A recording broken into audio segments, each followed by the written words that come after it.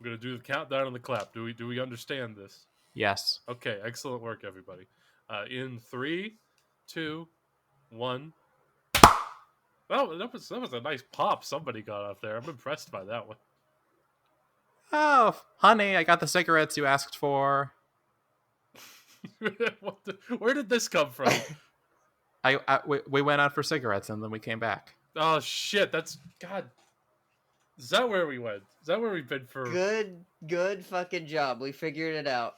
Is that where we've been for 11 months? 11 months? I thought it was 9. I don't remember. I thought it was. Oh no, it was Shit, October, wasn't it? Yeah. I need to get the fucking spreadsheet open too. Hold on. No, because the last one we recorded was when I was with y'all in Slippery Rock. Oh yeah, it was, wasn't it? I have the upload dates on the spreadsheet. King Kong was uploaded on the 31st of August. Okay, so it was like 10 months because it's July 1st. It sure is. Yeah. In the intervening time period, nothing has happened. Absolutely nothing at all has happened in the real world outside of this podcast. Nor has anything changed in our personal lives, such as changes to my living situation or status of my current employment and career prospects. Nothing at all has changed, and we are just approaching this like we would any other instance of the pod. I'm so ready to kill myself. Exactly. You see, nothing has changed. Oh shit, that's a good point there. Mothra. The movie is called Mothra versus Godzilla. Yes, it is. Not to be confused with Godzilla versus Mothra, which is a movie that also was made for some reason. Many years. I was gonna say that's 1993. Actually, this is like a full 30 years and change. I'm gonna be separated from federal employment like 3 more times before we get to those. I presume when Ariel said many more years from now, she meant in the production schedule for the films, not for the podcast. Right. I mean, like, if we record like once a month, how long is it gonna take to get us to the 90s? Oh, years. But I mean, it's fine. It's fine. I was gonna force us to upgrade it twice a month, anyways. I mean, I'm in favor of this, but we should like record more than once every 10 months before we think about bi-weekly. That's admittedly, yeah, no, that's fair. This is actually the second time in a week I've had to be party to one podcast talking about how they need to get a regular upload schedule. So I'm glad this is just a normal part of my life now. Yeah, you're a podcaster now. Don't say that. Please don't say that. You cast your pods out into the briny deep, and what you pull up is eggs.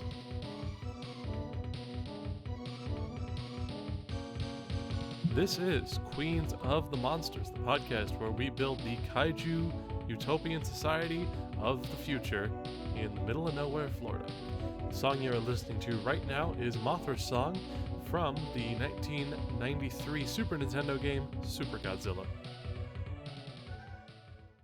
Should probably, of course, introduce ourselves first, given that it's been a year. And last time we did a name and pronoun check. Your pronouns were she, they last time we recorded this show, and my name was also not what it is now. So I'm going to start out by saying hello. For those of you who are not familiar with me, which is probably most of you because we haven't done the podcast in a year. My name is Maya Ventura. My pronouns are it and she, and I am here as sort of the general, not professional, but sort of generalized film critic. And the weeaboo. I'm Lucy Kwiatek. My pronouns are she, her, and I am here as the resident boat expert, primarily, if I recall correctly, and general aficionado of B-movie things. I was going to say, you were here as the B-movie enjoyer. You are the boat expert, but that's not particularly relevant here, I wouldn't think. They've got boats. There's boats in this. I mean, they have cars, too, but we don't have a car expert here. Ariel, would you like to introduce yourself? Yeah, sure. My name's Ariel. My pronouns are she, her. I'm here as the VFX enjoyer. And you're going to hear me ramble about that more than you'll hear the other two ramble about their things. I mean, that's kind of relevant. It's kind of fair. Yours is a lot more specialized anyways. It is a relevant part of this franchise, and it will be for at least a couple decades. Yeah. Oh, yeah. I guess it does stop being relevant to the point. Well, visual effects in the digital realm are still a thing, but you don't care about it as much. Correct. That makes sense to me. One brief matter of business is that, of course, I would like to apologize for taking 11 or 10 months to do another episode of this. If anybody is left listening to this, I would like to say thank you. That was listening to it previously, anyways. I know there's going to be a fair amount of new ones of you who have come here through the There's Your Problem industrial complex. And I would like to thank you and welcome you, and say that I apologize for our production value being quite a bit lower. Which is saying something Yes, when we're talking about There's Your Problem. it's a good podcast. It is. It's a great podcast. It is. We strive to be that professional. Any good podcast is at least a little bit shit. Exactly. Because otherwise, otherwise it's just crypto. That's a good point. Yeah. Anyways, if you hear from that, welcome. Thank you. I apologize if this is something completely different from the aircraft that you have previously heard me discuss. There's planes in this movie. There is planes in this movie. I also don't actually apologize. It's not a big deal. So if you could enjoy this podcast and continue listening to it, that would be phenomenal. I would appreciate that. Smash that like button. Hit that bell. Yes, absolutely. Leave a comment. We do. I mean, I guess. Yeah. I mean, we have comments. We're on YouTube. And Yeah. remember that it's just a theory, a moth theory. Excellent work, everybody. The film we are talking about this evening is the 1964 Mothra vs. Godzilla. This is one of the first of the. This is sort of the first Godzilla film of a certain style that I would say would come back. This is sort of the first really hitting its stride. Yes. The first one that really hits its stride and sets a pattern for a lot of the films that came after it. I would describe the last film, King Kong versus Godzilla, as like a sort of prototype, and then this film is like the finished product that will be carried forward into the sequels for the next many years. It's also the first time Toho took one of their guys and put him in Godzilla, and then it just became a Godzilla character. Yeah, getting to that in a moment. This film was released in Japan on April 29th, 1964. Hey, that's a day shy of my birthday. I guess it is, isn't it? Yeah. I mean, off by a couple dozen years. But April 29th, 1964, in its original domestic run, it grossed a box office of about 3.2 billion yen off of a budget of 123 million yen, which is pretty good. Yeah, we are basically starting the trend of very low budget Godzilla films as well, to be fair, despite it being still Toho's big sort of prestige property, not prestige property, but their headline property. The budgets were getting lower because why wouldn't it? You know, a lot of the other films started to become less lucrative, gradually become less lucrative, and nobody had ever matched the success of Godzilla 1954. But Toho still wanted to keep doing them because it was an existing IP that they had. So, you know, we were at the point where the budget was already on a decline. Even if they were making a better use of it, both as new technologies came out and also as people figured out how to use other technologies in new ways. There's a lot of new special effects in this film. Yes. That we have not seen yet in this franchise. And some of them actually look good. Yeah. Yeah. Some of them don't, but... Some of them don't, and we'll get to that. This film was directed by Ishiro Honda again, so we are back to the original director of the first Godzilla film. I suddenly forget if he directed think Kong he versus directed King Godzilla. Kong. He did not direct... He did not direct Godzilla Raids Again. Yeah. He did direct King Kong versus Godzilla. Okay. That makes a lot of sense, too. So we are once again in the Ishiro Honda directed Godzillas, which is to say they tend to follow a blueprint on sort of moral messaging, which is, you know, fairly important to the Godzilla franchise as a whole, but it always tends to stick out more in these films. Also, racism. There's sure some racism in this one. I don't know if I'd call that a trait of Honda himself. Yeah, I was going to say, that doesn't really matter. That's not an Ishiro Honda thing. That's just kind of... That's in most of them. I mean, it's certainly in most of the Mothra ones specifically. It's a very specific type of racism. It's nowhere near the same as in King Kong, to be fair. And that's not to give it any credit. Right, but, like, more than 0 is too much, but yes. It's less than King Kong. Yeah, the blackface is not here this time, which is, you know, always a welcome sort of change. It's not enough. Yes. But it's better than nothing, marginally. Yes.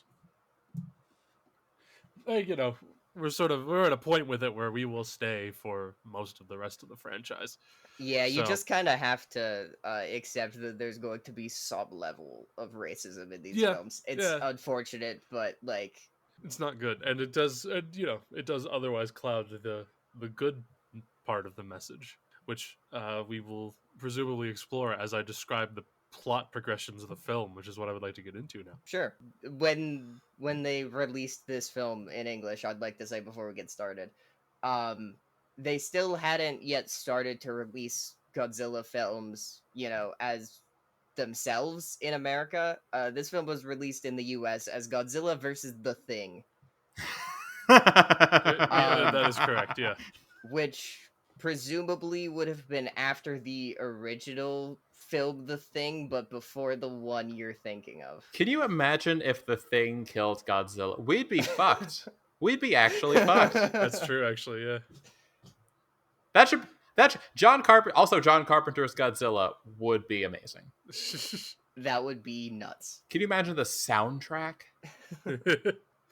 This it was released under the title in the United States. It was actually worked on under the title Godzilla versus the Giant Moth, which is, that's reasonable. Yeah, That is in fact a description of the events of the film. Yeah, I can't really hate on that at all. It's just kind of accurate in the most direct fashion. Which moth? The giant one. Yeah, yeah. And actually, you said we'd be getting into the plot. We can't get into the plot because I have to do my shit first. Yeah, this much is reasonable. While you're doing that, I'm actually going to also note this was one of the films where the American release was actually planned in cooperation with the original Japanese release. It also premiered in the US in 1964, in August of 1964. Notably, it has in its footage shot by Toho specifically for the American version, specifically scenes where the U.S. military nondescript comes in to help them in some fashion or another. We didn't watch this version. We sure didn't. We just watched the I Criterion was cut. actually unaware of this. Can you imagine if Criterion put the English release versions of all of these films on their set? I mean, should they have? Yeah, probably. Could they have, considering the rights situation? No. A lot of these were done by American International Pictures, which is a company that doesn't exist. As you might expect if you have seen any of the American versions of any of these films. Yes. American International Pictures is that's a company name you kind of don't get anymore. You don't get, you never get anything like that clear about what it is. It's a distributor for like international films in America. Nowadays, it's gonna be like it's Poob. It's Poop. It's gonna be Cunter. You can go on Cunter. You can get Cunter Prime, and then you can watch the modified version of Mothra vs. Godzilla, where the United States kills the giant moth. Worryingly accurate, yeah. Notably, they were actually bought by Filmways, which is a studio I know, but that name is a bit more sort of in line with the Poob model. Yeah, they have ways of making films. Yes. In any case, I didn't realize American International Pictures is a label that MGM rebooted a couple years ago. That's fascinating. Notably, of course, the rights to the English American dubs of these don't really necessarily matter for the company that produced them. They matter for Toho. Yeah. And they're not really going to let them do that. Some of the later films have English soundtracks that Toho themselves produced, and you can find those relatively easily. But like Godzilla versus the Thing, that one's not easy to find outside of Internet Archive. Yeah, the VHS scene and Internet Archive, where there is a very nice restored version that I actually have on my hard drive, and I think on my Plex. Ooh, neat. Fuck Czech Wendig, by the way. Bears repeating. Yeah, that seems reasonable. I mean, not super relevant to this, but like the Internet Archive is actually a great way to get copies of Showa era Godzilla films for free, in case you weren't aware. Are we endorsing this Piracy? I would say, yeah. There's what reason is there not to? I will like full-heartedly endorse piracy. I just didn't know if we were like doing that on the show. I don't care. I don't think I'm legally permitted to endorse piracy at the moment. My god. However, nerd. Yeah, exactly. Square. It's my podcast. Fuck you. Mosugoji is the name of this suit. Obviously derived from Moso for Mothra and Goji. I think I said in the last couple episodes that this was going to be the last suit to not get reused. That's not correct. That's actually the opposite of the case. The head wouldn't be reused, but they would stick a new head on the existing body and reuse it in the next film, and then put another head on it for Ultraman, which is if you haven't seen the design of the Ultraman monster, it's lovely. They they gave him a paint job and a big frill like a lizard, whichever species of lizard it is that has the big like neck frills. Like the one in Australia, yeah. Sure, yeah. For those who may have missed it when we were gone for 10 months, these suits are made primarily out of rubber. That wasn't originally the case, but it is now. I believe Lucy last time described this Godzilla as being like a pug because his nose is very flat and short. Yes. I will say, however, in some of the fights, he does kind of look like an elephant seal trying to fight for a mate. His nose is just going all over the fucking place. Yes, there is a distinct reason for that. Do I say that now, or do I say that when we get to it in the film? Yeah, we'll get to the point in the film because I feel like that's quite important. Okay. There's one other effects mishap to do with this film that I'm quite fond of that I think I'll probably save as well. That's fair. Yeah, this is sort of the first film where the Godzilla gets the sort of larger chin and upper lip that he has much more commonly nowadays. Because last time he had in King Goji, he had the lizard-like head. He had a very rounded head, as opposed to he had a very like rectangular, as opposed to the chin that sticks, not the chin that sticks out, as opposed to the mouth that sticks out, which is to this point I would say like sort of new take on the Godzilla design. It's what most people would recognize nowadays, I would think. Right. People associate the Showa era with like the later suits with like the big round like puppy dog eyes. Yes. This is the first suit to have the big round puppy dog eyes. And the really prominent eyebrows that will kind of come and go. Yeah, I mean, we start to get into sillier Godzillas shortly after this, so. And we, of course, also have the debut of Mothra. Not the debut of Mothra, but in the Godzilla franchise, the debut of Mothra. Yes, this is quite important for Godzilla lore since then. Yes. Because Mothra, of course, an existing Toho monster from the 1961 film, just called Mothra, which was about Mothra, which, is also fairly widely known, but not as widely known as her role in the Godzilla franchise. And this was her introduction to it. These days, Mothra is known as a Godzilla character. And the Plan 9 browser, if you're of a certain kind of obnoxious open source operating system nerd. This Mothra is quite different than the Mothra in the original film. I do not have notes prepared on the original Mothra. I just have notes on this. It's reasonable. It was a 2-meter long miniature, and of course it wasn't a human operated suit like Godzilla and Anguirus and King Kong were. This is a miniature with remote control animatronics, which is interesting for a franchise known for its suit actors. Yeah, I mean, that's kind of always been the case for Mothra, because Mothra's a large flying moth, and it's hard to You can't do that with suit actors. Yeah, I mean, it would be nice if you could, but I don't quite think it's that simple, I'm afraid. This is more or less what Mothra is going to look like forever. Mothra always looks relatively different in every film that she shows up in, but it tends to sort of be different in like color variations and things, and because of the amount of color going on, it's always sort of hard to tell. Yeah. In terms of like silhouette, this is more or less solidified as yes. Mothra. Yep. The larvae for Mothra were sometimes remote controlled. They were set over top of a motorcycle engine. And that's how they control the larva.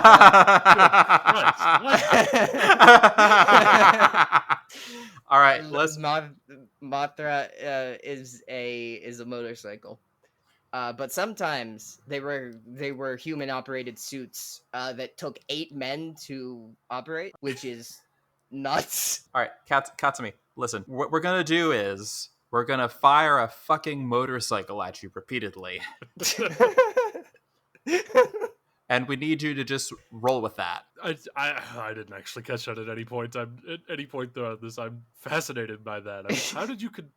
How how did they control it? You don't. You can't. Probably like remotely, like how like in the Muppet movie, they have Fozzie driving the car. Okay, I'm going to stop you right there and say that I do not know like the Puppet movie. This is a question for you two. The very Puppet specifically. movie? The Puppet Muppet movie? movie. You Okay, said the so- Puppet movie. You said the No, fucking Puppet movie. Fuck you! No, I didn't. The point of this whole story, you don't have to actually know anything about the Muppet movie, though you should watch it because it's a very good film. Is that they had Fozzie Bear driving the car. And then they had a human operator in the trunk of the car actually driving it. Fair enough. I assumed it was something like that. Because Fozzie at that time worked for the mob, apparently. I mean, that much I could buy, at least, based on my limited understanding of the Muppets. We're gonna feed you to the fishes. Waka waka. I think that's more or less all I have on the fellas. I do have one thing in here, but I'll get to that when we get there because it's distinct to a very specific like scene in the film. So That's I think we're good. Yeah, no, that's fair. This is the first film where we have a suit that will be reused in part, at least, I guess. Yes, the head is very distinct though. As far as I'm aware, they never reused that. These segments are going to get shorter and shorter. They sure are. Especially once we get to the suits that all look more or less the same, even though they sometimes change. Yes. So I'm relishing in having a spotlight segment while I have it. I mean, that's fair. It's pretty important to the Godzilla franchise as a whole. So, like, it makes sense for you to have one. It's just that at some point it stops being important because, I mean, for a couple They reasons. figure this out eventually. They figure it out, and then at some point they also stop having to make new suits. So, We'll see Mosu Goji from time to time because, of course, one of Toho's most significant budget-cutting measures is reusing footage all the goddamn time. Yeah, there will be a point where, not in this film, but starting, I think even just 2 films from now, we will start seeing sequences where we have to distinguish suits because they are reusing footage from different films. These films are going to get worse before they get better, I assure you. And I mean, we kind of have a little bit of that already. I'm staring at the Wikizilla page, which has the film poster up at the top, and that is King Goji on that poster. Oh, it is. Yeah. Well, okay. That's fair. It is a poster, which is different, but I suppose you're right. Also, poster has the English title Godzilla Against Mothra on it, which I've never heard before. I mean, it's just a different way to translate Mothra Tai Gojira. Whether you translate it as Mothra versus Godzilla or Godzilla against Mothra, it's the same shit basically. It is the same shit, but I feel like it's important given of course the film called Godzilla versus Mothra (parentheses 1992 1). I'm going to assume 1992. I don't know if that's actually the case, but I'm going to assume that that's a distinction exclusive to the English nomenclature of these films. Apparently, the answer to that's yes, and I somehow missed the fact that that Godzilla versus Mothra (parentheses 1992), which is an important distinction to make, and we will have to do this several more times throughout the course of this podcast.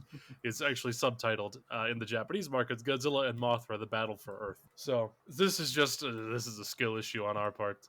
It's never a battle for Earth, though, is it? It's just a battle for Japan. Like one city, usually. And it's a different city every time. This time it's Nagoya, but might be a different one. So we begin, as all great stories do, on a dark and stormy night. Yes, we are amidst a typhoon. And shit's getting wrecked. Yeah, we sort of just start out seeing rain damage. It tears up some piers and some pavilions and some other things that are near the sea. I like watching all the things fall over. And one of the things that it's fucking up is a local beach reclamation project, because it is Infrastructure Week still. It's always Infrastructure Week, yes. Yes. And this is not not always infrastructure. Did you not hear the introduction? My God.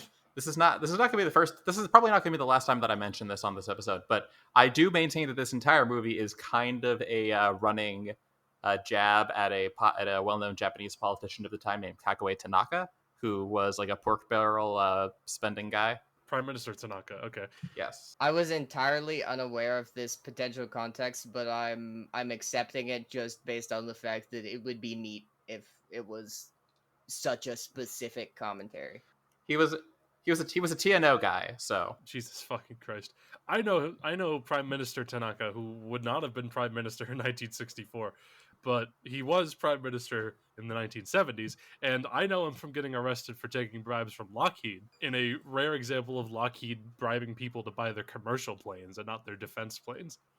Fascinating. Yeah, the Lockheed scandal is sort of a very strange, specific thing in politics that really doesn't, it really is sort of the thing you don't get anymore. The Lockheed was involving Yakuza figures. It was all very...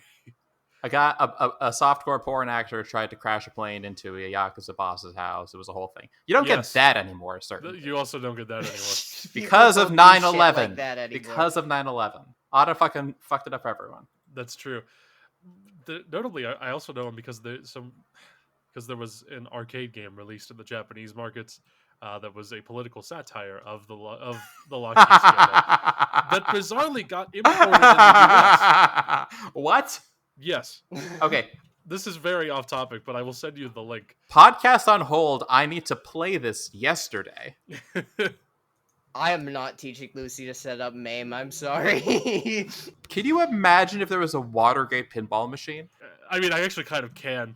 There were Watergate card games. Yeah. I'm not aware of a Watergate pinball. Lucy opening a tab and Googling Watergate game. I would play the Watergate pinball game. So, of course, given what I know Prime Minister Tanaka from, and the sort of weight of the political scandals he would later get up to, I could believe this film was about him. I see no reason why I could see no reason why that wouldn't really be believable. Oh my god, he would have been Minister of Finance when this film came out. Okay, I could believe that then. He was like he was well known for like redirecting a lot of like pork spending to his district and like cultivating this sort of mass local political base. He was a very, very interesting figure who mostly is completely unrelated to this movie, but the Assemblyman character is, I 100% think, inspired by him. So yeah, no, you've convinced me on this. I'm glad.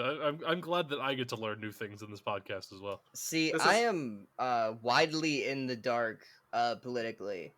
So I just thought this was about capitalism. It is about it capitalism. is. It's 100% about capitalism. Okay, sure, but I never would have connected that it was about like one guy. Specific guy. Okay, fair enough. It's kind of like how like there like a ton of different there's a lot of like different AOC characters and like TV shows nowadays, like on The Boys. It's that kind of lampooning.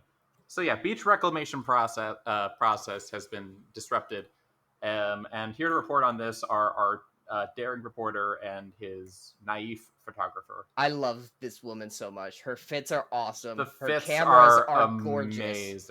Yeah, the fits are actually the main thing I'm taking away, even as somebody who likes cameras.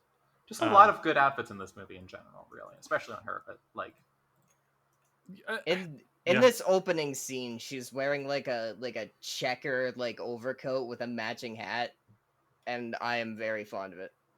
Yes, I mean that's one of the ones that she wears more commonly throughout the film, and it's very good. And of course, the fact that this was shot on film and not tape means that there's no moire. Right, so it actually looks good. If Yes. this was on like a tape transfer, I'm sure it looks fucking like unintelligible. Yeah, But she is. I have in my notes. Don't make me get into large format because her camera is very pretty. yes.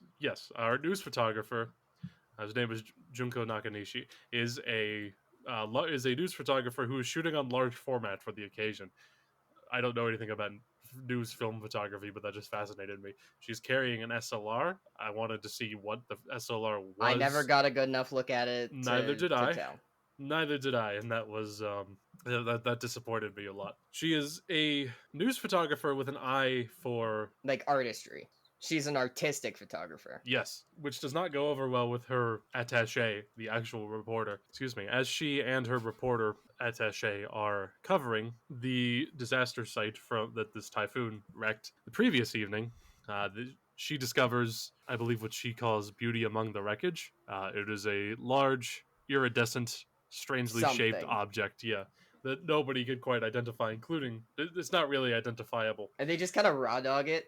Yeah, She sets up a shot as she found it, and the guy is like, "What the fuck are you doing? Take a photo fast and move on." And he picks it up. which is always a smart thing to do. yeah.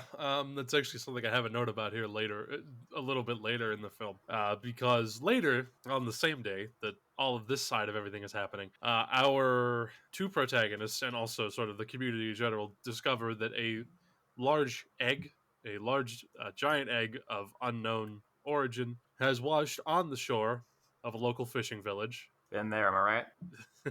The village of Shizunora, which I do not believe is a real city. No, it isn't. Okay. Where it is pulled out of the water, and they, of course, start to scientifically investigate. By sending one guy. Yes. They And send one guy. this is where I have written down. They're touching this thing with their bare hands a lot. A lot. Yeah. For a completely unknown sort of alien-like egg It's substance. so big. It's very large. For a lot of the film, it's a matte painting. I think like they built part of a prop. They did. There are some sequences later where I think they're just using an egg. They dyed an egg. Yes, this mostly comes into play later on, but I kind of believe that to be the case. The way it is that in the like close-up shots, they have an egg. They have a prop of like the bottom like quarter of the egg. Yes, And then in anything wider than that, it's a matte painting. And I think I feel the need to mention something here, which is that regularly in this movie they'll go back to the reporters, like the newspaper where their boss berates them and everything. And one of their coworkers, for comedic effect, is just shown constantly eating a hard-boiled egg. Eating eggs. eating hard-boiled eggs. Yeah, It's a very good bit. In what I cannot stress enough is the most depraved fashion that I've ever seen anyone consume an egg. This man, it's not like Danny DeVito with the hard-boiled egg in Death of a Salesman, going out and like peeling it and stuff like that. He has taken the top off of the egg, and with the smallest spoon, like a spoon the size of a toothpick, Caviar is spoon. just a caviar. Okay, a caviar spoon, sure. Like a Coke spoon is just like Fair enough. is just like Scooping going out at the- it in the inside of tiniest egg. morsels possible, in a way that honestly kind of suggests that there's some kind of like a disordered eating habit going on here. Because I can't, or he's like really gay or something. But I can't think of like there's not a rational explanation for anyone to eat an egg like this at work anywhere. Well, no, the gay Godzilla characters will come later. That's that's a good point. I don't think I noticed he was eating it with a spoon. I think it was mostly eating the hard-boiled egg that was funny to me. Not even necessarily because of the film the comedy of it being relevant to the film, just because eating a hard-boiled egg Eating a hard-boiled egg is a very it is just like funny like on the face of it. Yeah. I don't think I've never known anybody across my various jobs to just eat an egg throughout the course of the workday. Unless it was like deviled. I would honestly be more confused if somebody brought a deviled egg with them to work, but either way. That's not a work food. Yeah. I don't That's a know. I function think food. deviled egg is like okay, yes, it's more of a function food, but I wouldn't be surprised if someone had like deviled eggs in their like lunchbox. This is a fascinating tangent because I would never think about this. After the newspaper boss, who was sort of depicted as just the grizzled, I suddenly can't think of his name, the guy from Superman, J. Jonah Jameson, grizzled J. Jonah Jameson type. That who's is also not from Spider-Man. Superman, but we'll leave that. That is Spider-Man, isn't it? Yeah, he wants pictures of Spider-Man. J.K. Simmons, yeah. J. Jonah Jameson. Yes.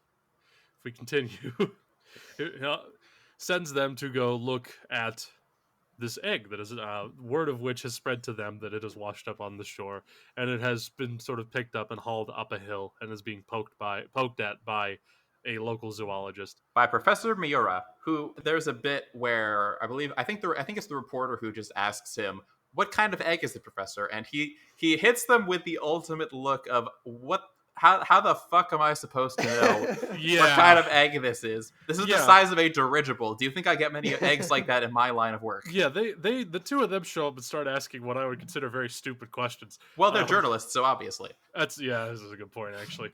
They ask what the egg is, obviously. They ask if the egg is dangerous, to which his response is, "That's what I'm trying to figure out." Like assholes. I just showed up here too. He's like trying to get a sample of it with a toothpick. It's a very strange process. I didn't really understand that, but it honestly doesn't matter. While Professor Miura is poking at this, and our reporter and photographer are here asking him about what he's poking at it, our our main antagonist pops up. I would say our Duro antagonist, honestly. Yeah, that's fine. You know what? That's perfectly fine. I can live with that. Our antagonist, last name of the name Kumayama, who is the president of a local, I guess, sort of amusement concern by the name It's of Happy Corp or something. Happy Enterprises is the name of this corporation. It's this film is like, I don't want to say anti-capitalist because that feels a little like, I mean, it's not wrong, but it doesn't feel like the correct word. Anti-consumerist, I guess, is probably more accurate. That's that's Um, about right. It's like caricature. It's a little goofy, and I'm quite fond of it. Yes, Happy Enterprises, the local. We don't actually know what they do except for what we see them doing, so I'm just going to assume they're an amusement park company. They're the They say they're gonna build an amusement park, so I'm gonna assume they have some amount of experience. yeah, they're doing yeah. that sort I'm going to assume that they're the Cedar Fair of this world. He shows up and, of course, tries to shoo the person investigating and the reporters out of the way because he has paid the local villagers a certain amount of money. It's like I 1.4 A rather million yen large or amount something. of money. Yeah, a large amount in terms of raw number. I believe he says 1.4 million yen sounds right to me. Yeah, it's hard to calculate these things with both moving exchange rates. I have the film pulled up on my other monitor. 1,224,560 yen. And he calculated that price by I guess eyeballing the relative size of the egg compared to a normal egg and multiplying the price of a single egg accordingly. I forgot about that. Yes, he does do this. It's very And the concept of a very expensive egg feels oddly Relevant? oddly relevant. God damn it! The whole fucking egg thing happened while we were off. There's no. This joke doesn't even fucking work anymore. Donald Trump made moth egg expensive. Yeah, that's fine. I can live with that. Sure. So because of how exchange rates work, it's kind of impossible for us to tell how much that actually would be nowadays in terms of U.S. dollar. I did calculate how much it was in terms of Japanese yen.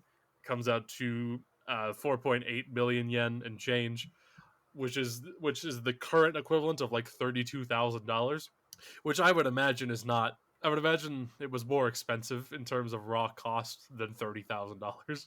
Right. Like, this is a big fucking egg. It's gonna cost a hell of a lot more than that to build, like, the, like, concession stands and whatever that they build around it. Yeah. Like, No, this much is correct. We learn here about his intent to build an amusement park with sort of the egg as the centerpiece of it, which is a strange business venture, but that's neither here nor there. Well, you have to consider, I mean, Finster is a very successful streamer, so people want to see this kind of thing. For fuck's sake. Finster came out Yeah, like a year this ago. joke doesn't work. This whole joke also doesn't work anymore. I've been in a coma for 10 months. I don't know what's been going on in the world, okay? Yeah, okay. That's reasonable. How many other famous eggs do we know? Michael Cera? I think Michael Cera's worth more than $30,000, but can we have a Michael Cera theme park in Japan? Okay, in 2025, I'm not so sure, but in like 2012, yeah. This is a stupid bit. Anyways, our antagonist announces his intent to turn it into a large-scale tourist attraction, or at least the centerpiece of a large-scale tourist attraction. The three protagonists, which are at this point our reporter, our photographer, and Professor Miura, Jesus, who are obviously all rather appalled at the fact that This guy just bought the egg. Yeah, mostly because they don't believe that the egg is like capital. Yeah, I would say that's relatively reasonable, but like if you found an egg, not even necessarily a very large egg, but just a regular egg, would you be like, I'm gonna buy this egg from the owner of this property? Well, okay, if my apartment had like a beach and an egg washed up on that beach, and then a guy said, I want to build a theme park centered on this egg, the normal sized egg, and I will pay you this amount of money for it, I think it's reasonable to say, like, even if it was someone's egg that fell off a boat, it's not really their egg anymore.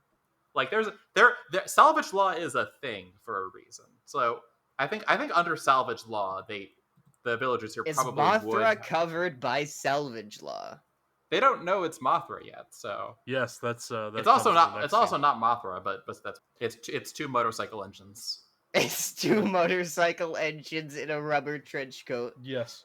The folks, our folks, are obviously rather outraged by the situation because they don't necessarily think that the egg has a right to be capitalized on, particularly whenever it hasn't been studied at all to make sure it isn't dangerous or whatever. They go to the local hotel to talk about it with one another. It's a lovely hotel room. It's a Yeah, great hotel. yeah, they're in the lobby of a local hotel that has absolutely wonderful looking furniture. That is, very 60s, but like it's really good looking. The color on this film is very good. It's been restored very nicely, and that's kind of important. I imagine they did this and they put this much effort into it in part because Mothra has a lot of color. Thank you, Criterion. I don't know if Criterion did this.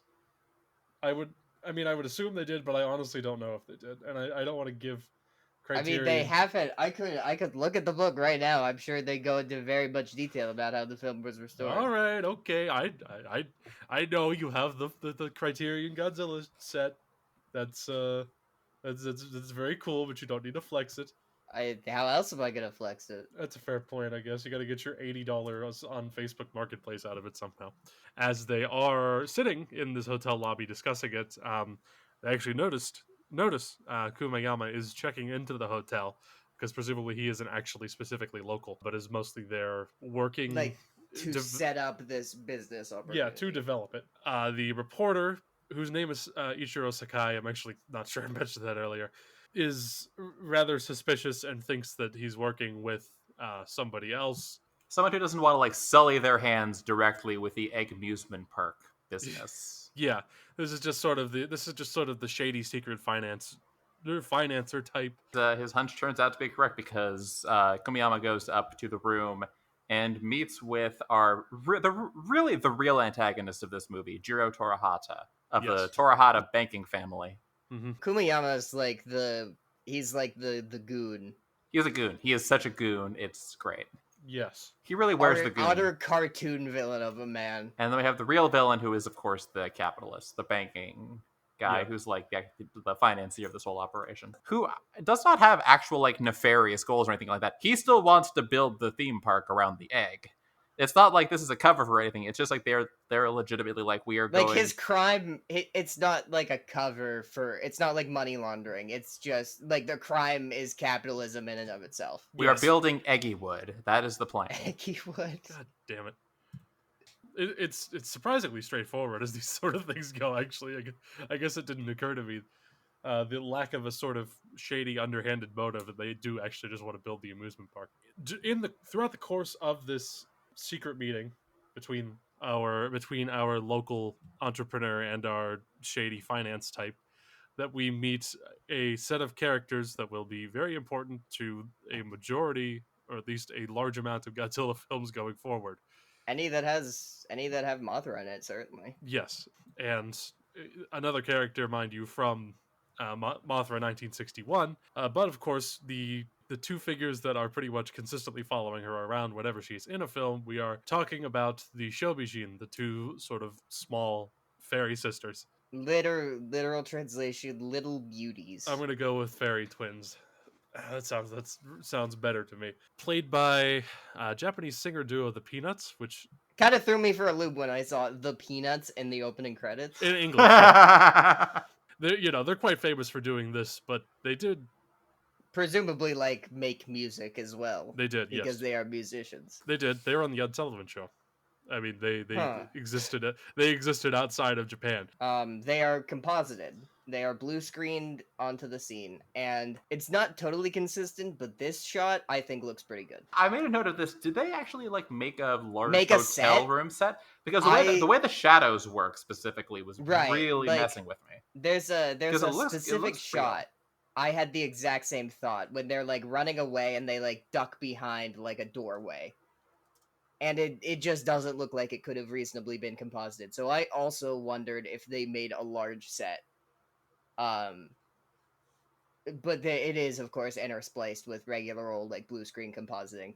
You could usually tell. Usually tell very easily. At this point in time, blue screening was physically cutting the film. That's not actually true. We had invented the optical printer by this point. And I mean, like, honestly, with regards to the haloing on the compositing, like, sometimes it's very prominent, sometimes it's not very prominent at all. Either way, it doesn't really bother me. You may have been able to surmise from my whole deal on this show that I kind of like to see behind the curtain a little bit, so it doesn't really bother me too much if there's a little bit of haloing around the compositing. Yes. So they initially show up as sort of a detached voice that they cannot find the source of. To the point that, is it Kumiyama or is it Torahata who says that it's an industrial spy? I think It's one of the two. Yeah, it's it's I think they Torahata, agree believe. though. Yes. Which, like industrial espionage guys, famous for just announcing their presence in hotel rooms for some reason. Yeah. Then their second thought after they see the fairies is not, there's a gas leak in this hotel, we need to get out of here Right. as soon as possible. Their first thought is like, let's capture these two tiny identical twin fairies who are singing at us, or just, like they're just like imploring with us basically. Yeah. Of course, I knew this was coming. We all knew this was coming because this is standard fare for any film that involves Mothra. But can you imagine being a cinema goer in like the year 1961 or even in 1964 and seeing this shit for the first time? I mean, Like- they seem very the two in the film seem very confused by it. I would imagine most people's reaction would be very similar. They're captured temporarily. Yeah, they initially they are briefly captured, and they try to make their case to the two capitalists on screen. I mean, it doesn't go particularly well. How does pleading a case like that to to that sort of capitalist generally work? Not very well.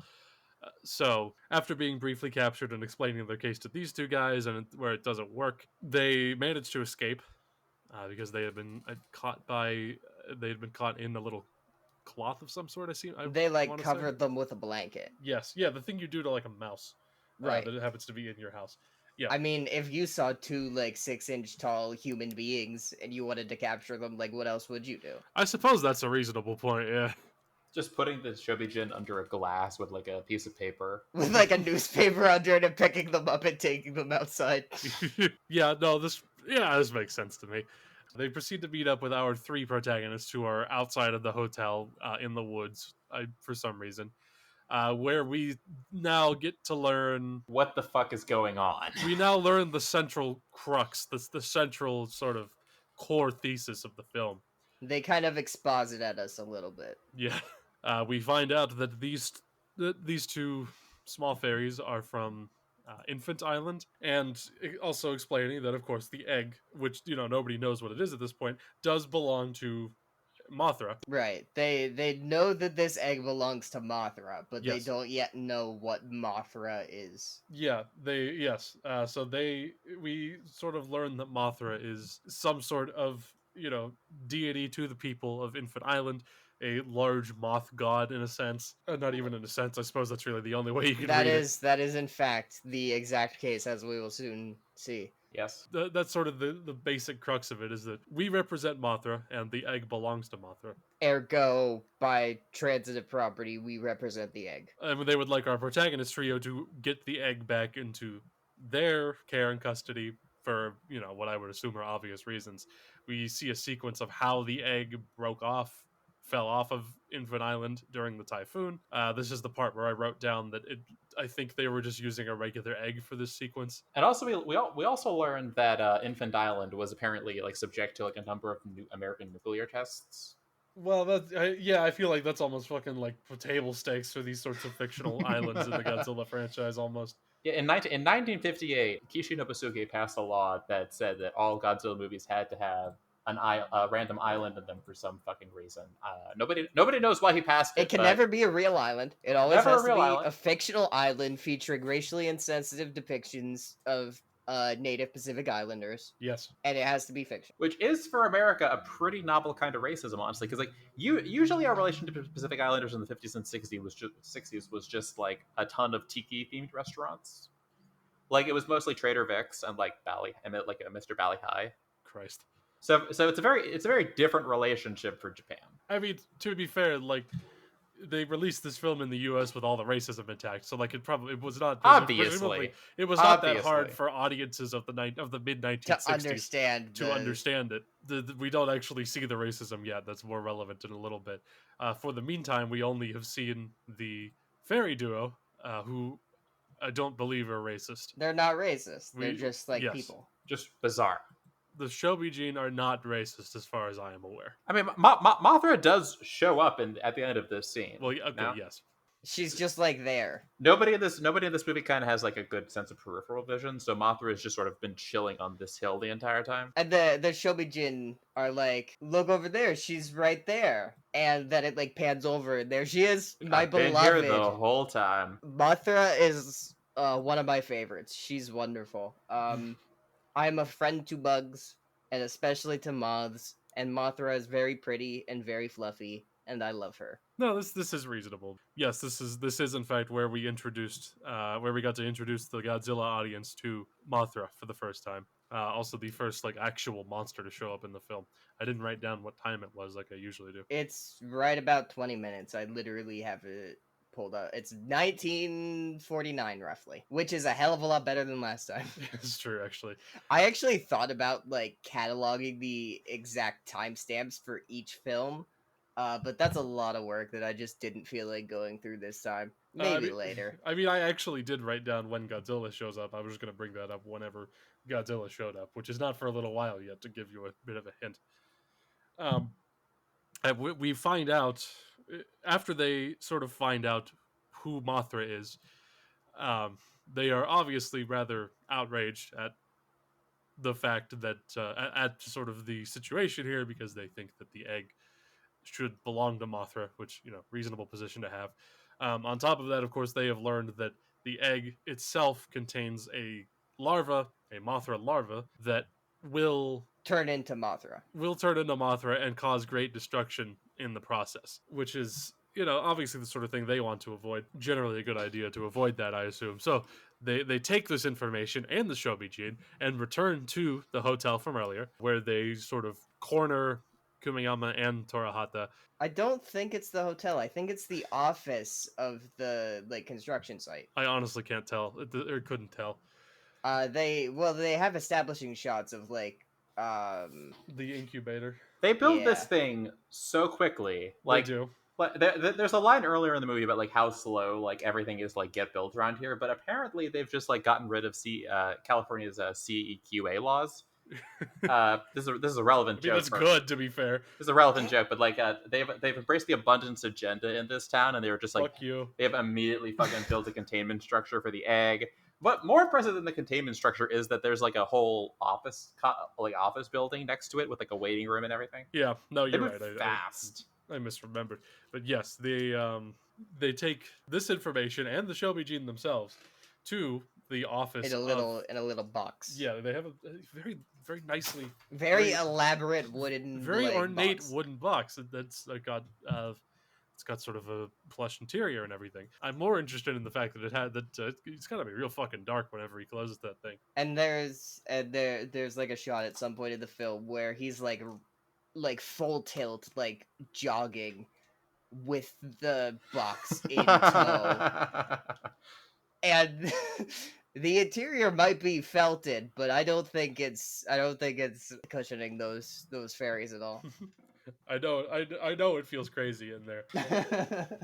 They make a public appeal they make a private appeal to Happy Enterprises to return the egg for this reason. This does not go particularly well. The Happy Enterprises folk obviously don't view the fact that it's Mothra's egg to be important, or don't view it as Mothra's egg. Doesn't matter. What they do see is an opportunity to make more money by offering to buy the Shobijin. Yeah, that sort of puts a damper on things, and they leave immediately. Shortly before this, one of the two guys, I actually forget which one. I think it was Kumiyama. I can't remember, but they offer us the line, "Mothra gave you power of attorney?" ?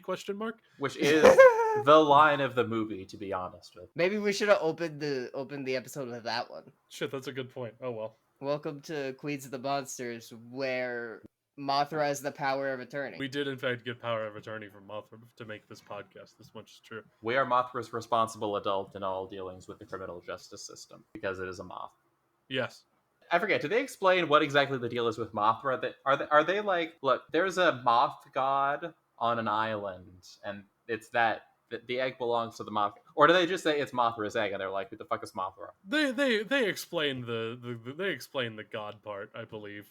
They're Well, also they towing go around like to a couple the of tiny island. fairies. That happens later, but yes. And they learn it there. Yes. So after they offer to buy the Shelby gene, which is insane if you think about it. You're just buying two human beings. Yeah. They're not human beings. They're fairies. That's gonna come back to haunt me someday. I was gonna say It sure fucking is. I was gonna say, I mean, this is I mean, I think about what you want about gay people, but like you are one of them. I'm also not 6 inches tall and I can't sing, so Yeah, okay, that part's reasonable. After that point, everybody involved sort of leaves. They actually go up to see Mothra, where they sort of apologize, and the Shelby Gene act as Mothra's translator, which is sort of the the recurring purpose theme. for their existence. Yeah. The Shobujin and like the people of the island at large are not happy with humanity as a whole, despite these three good-willed ambassadors. Yes. They fuck off back to the island, basically. And the island itself is fucking fascinating. I don't think we're to that part in the film yet, but the set that they use for the establishing shot of that island is fucking nuts.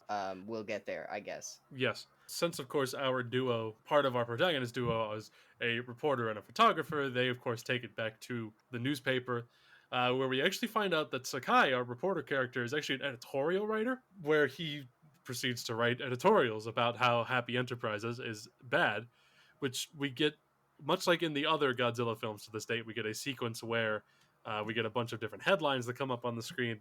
And it's just very funny because, of course, we hear a lot about the negative public opinion against the company, which, to remind you, is still named Happy Enterprises. I'm just picturing like Maureen Dowd going to like work on behalf of the kaiju. I mean, that would require Maureen Dowd having a good opinion. Maureen Dowd would be sort of running the defense for Happy Enterprises in this case. They're like, I took an edible and I went to Happy Enterprises Eggland, USA, Japan.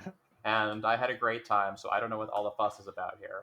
Yeah, that sounds about right to me. So we sort of see that there is a massive public backlash against them, but it doesn't actually really mean anything because Happy Enterprises has money and they are not doing anything. And they run like PR. Yes.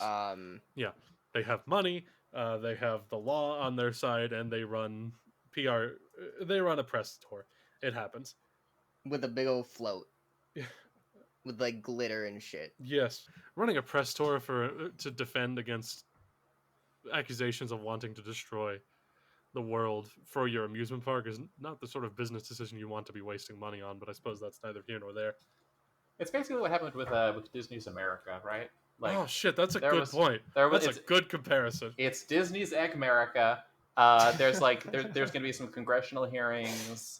They're just like, they're going to promise the whole local area that they're going to like build a whole bunch more infrastructure and everything like that. Some guys like going to be like, we want you to learn what it was like to be a slave, or whatever the egg equivalent of that is. You're going to learn what it's like to be. You're going to be yoked to to this egg, and you are and like everyone's just going to be like, that's a fucked up concept for an amusement park, and the project is going to fall through. Sorry, I'm just thinking about Disney's America for a minute here. You're just lost in a Disney's America reverie. Rightly so. It is. Disney's America is one of those things where it's like, objectively a terrible idea, should never have happened, but it would have been fucking amazing if it had, because Disney's America was conceived of in the 1990s. Every single decade subsequent to that, where you're just going to have to deal with the fact that there is an American history theme park run by the Disney company in the DC area, and they're going to have to like deal with everything. Like, can you imagine, like... This was... Disney's America did not have to confront the reality of 9/11. Disney's America did not have to go through 2020. Disney's America did not have to deal... Sarah Huckabee Sanders was not thrown out of Disney's America, is what I'm trying to say here. Like, Jesus Christ. There were never gay days at Disney's America, unfortunately. Anyway... there's a wide shot here, at one point, of like the construction site or whatever, and they put the compositing to use on this shot as well, because it's a miniature set, with like HO scale or like 1/64th or whatever, like die cast tanker trucks, along with a bunch of buildings and like infrastructure that's all to scale. Yeah. And then like human beings composited in front of it. Yeah, this would be the incubator for the egg that we are sort of seeing as the center of this. And it's wonderful to have the tiny little cars human sized with like people composited in front. I'm a big fan. It's pretty good, yeah. We are at this point getting to sort of them finishing the incubator part, which, again, that's a very impressive time frame. Not really sure how they did this all this fast. I don't know if it would really be an incubator as these things go. It's looks like a greenhouse sort of thing. Anyways, it could incubate. Yeah, it's like a natural incubator, like Sure. using just the power of the sun itself. Because where are you gonna get a moth that big to sit on the egg? I suppose that's reasonable. We find out at this point that our Happy Enterprises fella, Kumeyama specifically, hasn't actually paid the villagers the amount that he promised for the egg, nor for the land that he is actually building on, which is very funny. I'm not really sure how he got the permits to do this. Permit. Again, it's the abundance agenda. You don't need any of this red tape shit. You just need to build. You just need to fucking do it. If you build it, they will come to see the egg. If you build it, they will come to see the very large egg. And to be fair, I would go see the egg. Would you go to the egg park to see the egg? Well, no, because I know it's a bad idea. Assuming you don't know it's a bad idea. Assuming it's just a giant egg. Assuming you're just like a random lady who heard about this like in the paper or whatever. It's the 1960s in Japan. You're a housewife. Everything's made of Jello. Like you got to liven things up somehow. I've truly accomplished my dream here. I'd go to the egg park. I could see reasoning for going to the egg park. If I found out about it, presumably I would find out about how bad it was later. But presumably I would find out how bad it was whenever it hatched and destroyed everything. And then you'd be like, "Oh damn, I really shouldn't have given those people my money." The moral situation. There is no ethical egg consumption under capitalism. Yeah, that's about right. Sure. Given that, of course, Kumeyama has not bought the land or the egg, he is already out of money and asks his financer, Torahata, who's just like chilling out and like having a drink in like his satin like his Mad cocktail Men jacket CEO office. Yes, he asks him for more money, and he gives it to them on the condition that Kumeyama uses the egg as the collateral for the loan, which Kumeyama isn't happy about. But it's funny, Happy Enterprises, which Kumeyama isn't happy about. But like he doesn't really have another choice because his options are use the egg as collateral, or you don't pay for the egg. Either way, his legal claim to this egg is increasingly tenuous given everything that's going on. Yeah. I also think it's a little fascinating that the collateral for the money to pay for the egg is the egg. Well, that's just a mortgage with an egg. That just makes sense to me.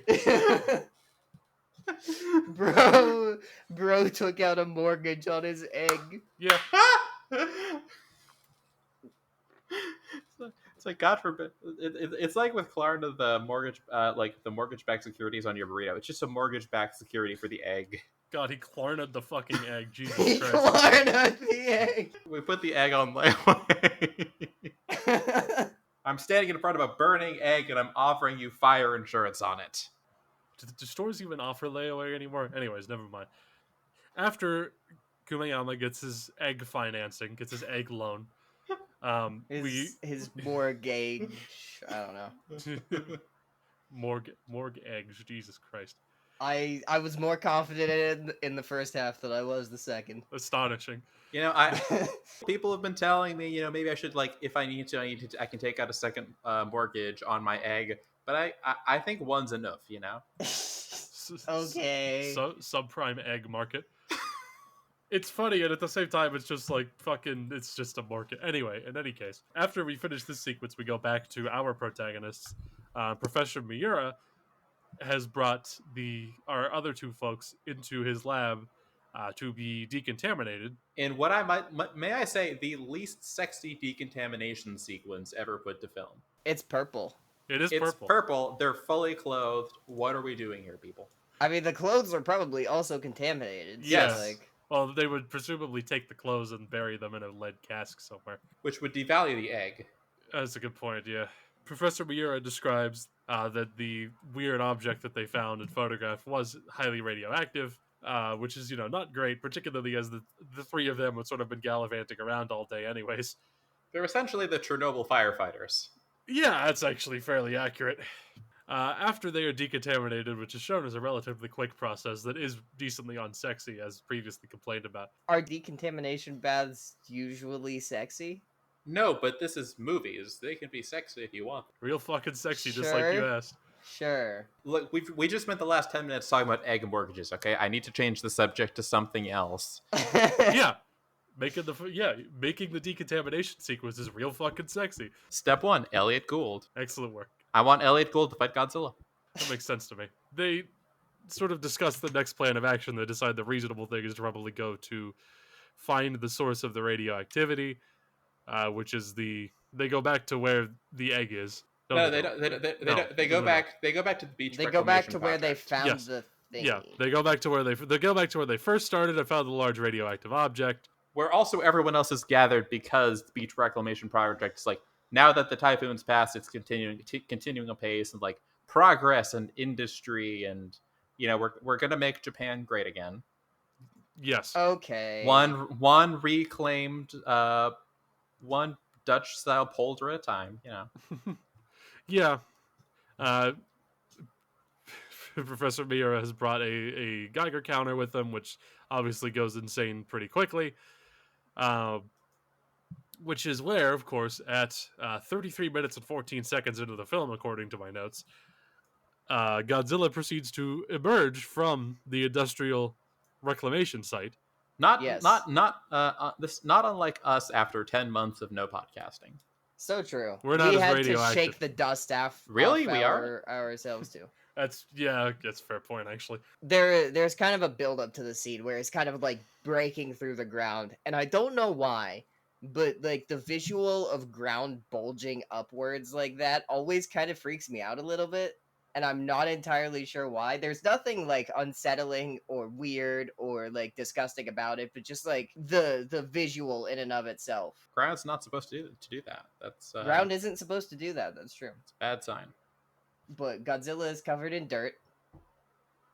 Yes.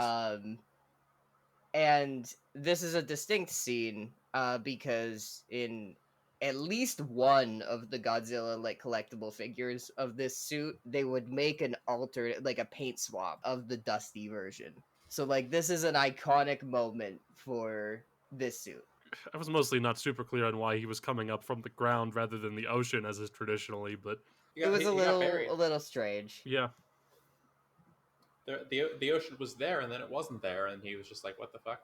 Yes. Godzilla comes out, and I mean, he starts to attack Nagoya in the area around the industrial reclamation site. This is where we get sort of the first major suit action of the film. He does a little shake like a dog, and because everything is made of rubber, it kind of shakes around a little bit, and it's very cute.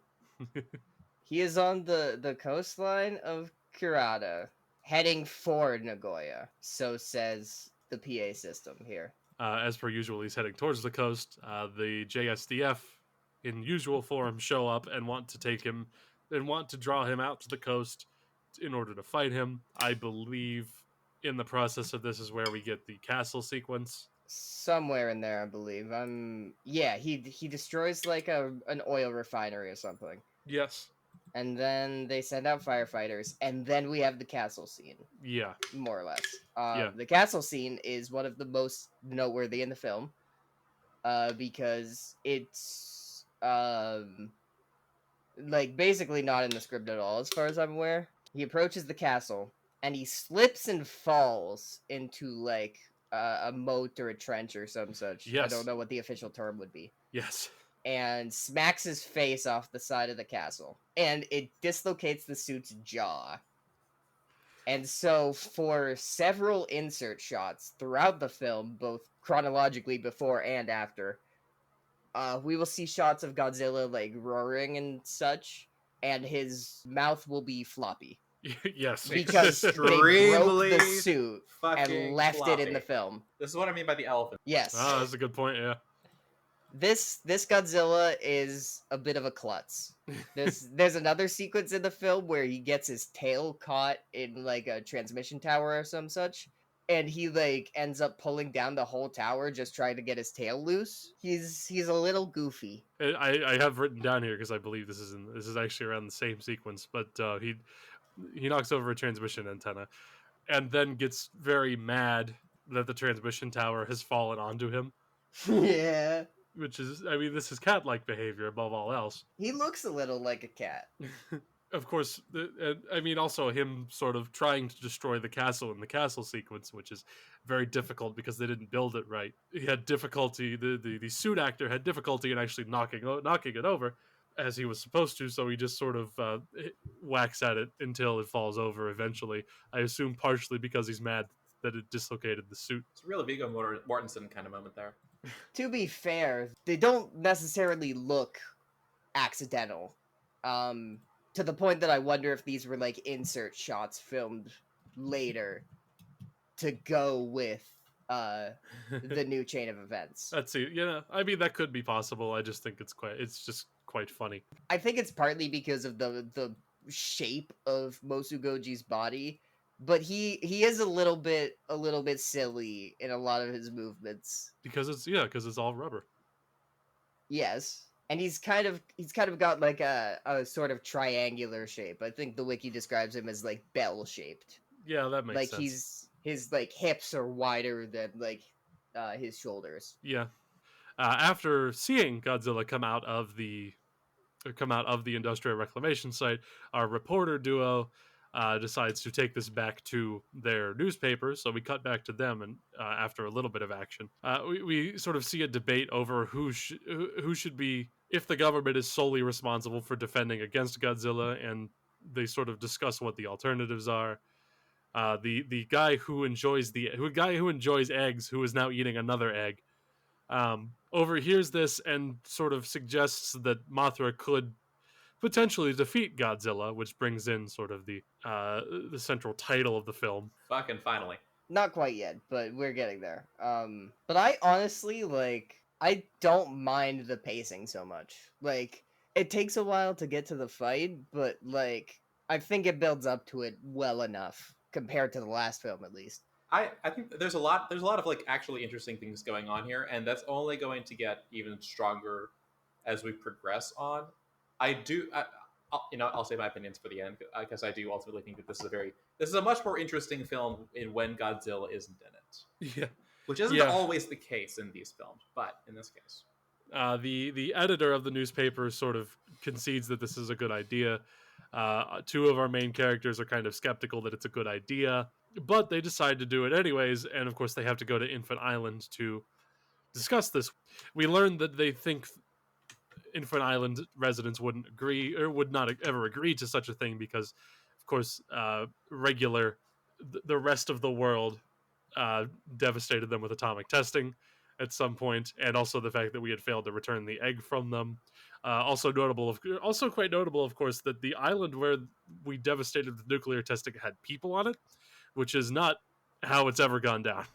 Well, in reality, not the island directly, but absolutely, like Pacific Island populations have. Oh yeah, we've poisoned a ton of Pacific Islands. Poisoned, disrupted en masse. There's been like mass evacuations. This and things like island is like a fucking apocalypse. Yes. Like the establishing shot when they first walk onto it's like the fucking Dark Crystal.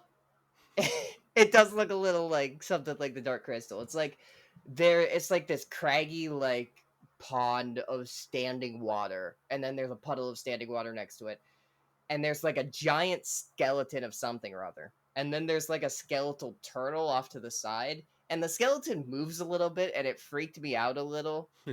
I don't know if it was meant to be moving, but it has a little bit of like motion to it. Yeah. It like No. bobs its head. Yeah.